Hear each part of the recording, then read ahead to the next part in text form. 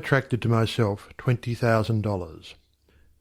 In the laboratory of experience in which my newly revealed relation to divine operation was to be tested, the first problem was a financial one. My income was a stipulated one, quite enough for my everyday needs. But it did not seem sufficient to enable me to go comfortably to England where Troward lived, and remain for an indefinite period to study with so great a teacher as he must be.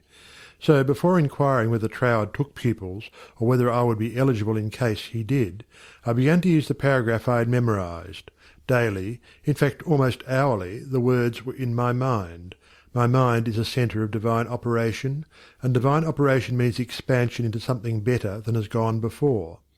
From the Edinburgh lectures I had read something about the law of attraction, and from the chapter of Causes and Conditions I had gleaned a vague idea of visualising.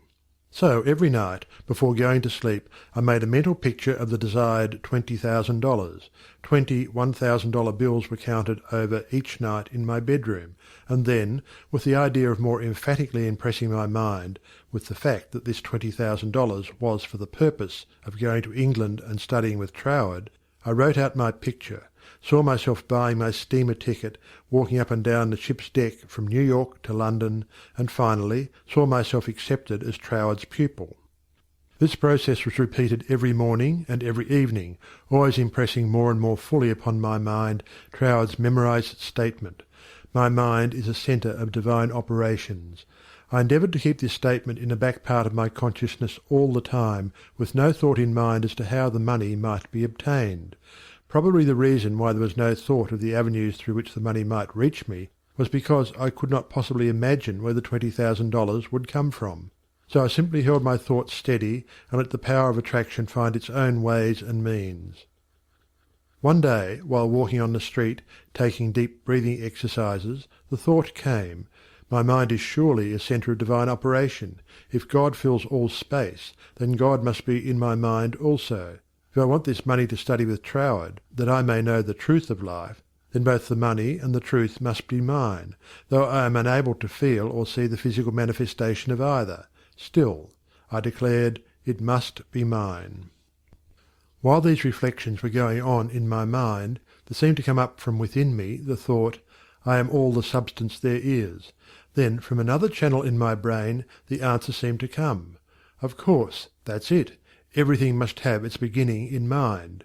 The I, the idea, must be the only one and primary substance there is, and this means money as well as everything else. My mind accepted this idea, and immediately all the tension of mind and body was relaxed.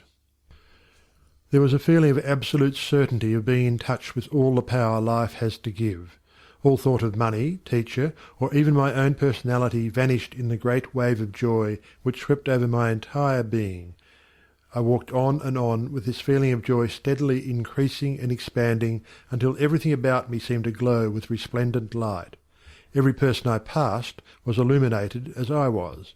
All consciousness of personality had disappeared, and in its place there came that great and almost overwhelming sense of joy and contentment.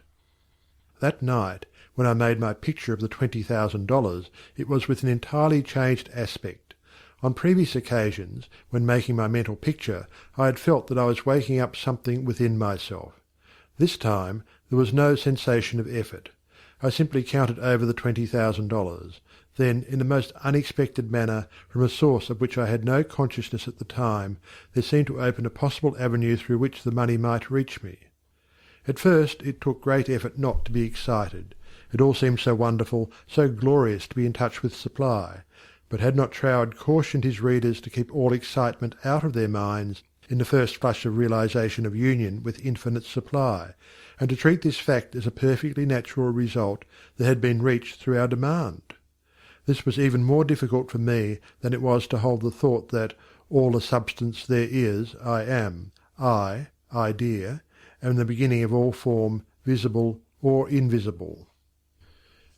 Just as soon as there appeared a circumstance which indicated the direction through which the $20,000 might come, I not only made a supreme effort to regard the indicated direction calmly as the first sprout of the seed I had sown in the Absolute, but left no stone unturned to follow up that direction by fulfilling my part.